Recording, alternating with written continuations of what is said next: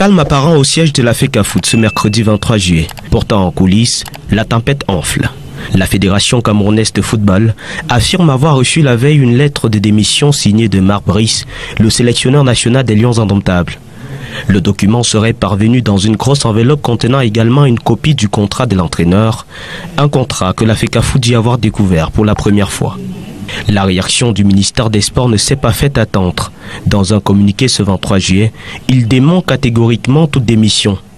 Narcisse Molekambi évoque une manipulation et affirme que Marc Brice est bel et bien toujours en fonction.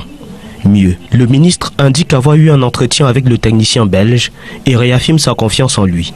Une nouvelle passe d'armes, pas de nature à conforter la sérénité autour de la sélection nationale à un mois du prochain rassemblement.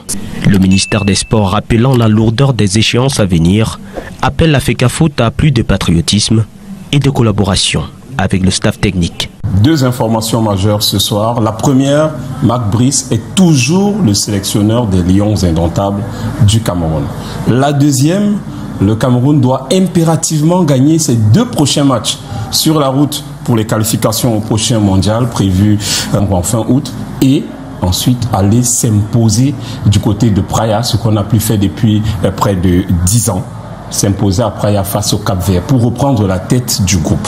Mais pendant qu'on attend la préparation de cette double sortie, le pays des Lions indomptables vient de passer 24 heures, toute une journée à monter, à descendre dans un scénario sans issue. À moins de 4 heures, autant pour moi, on a eu sur les réseaux sociaux 4 documents.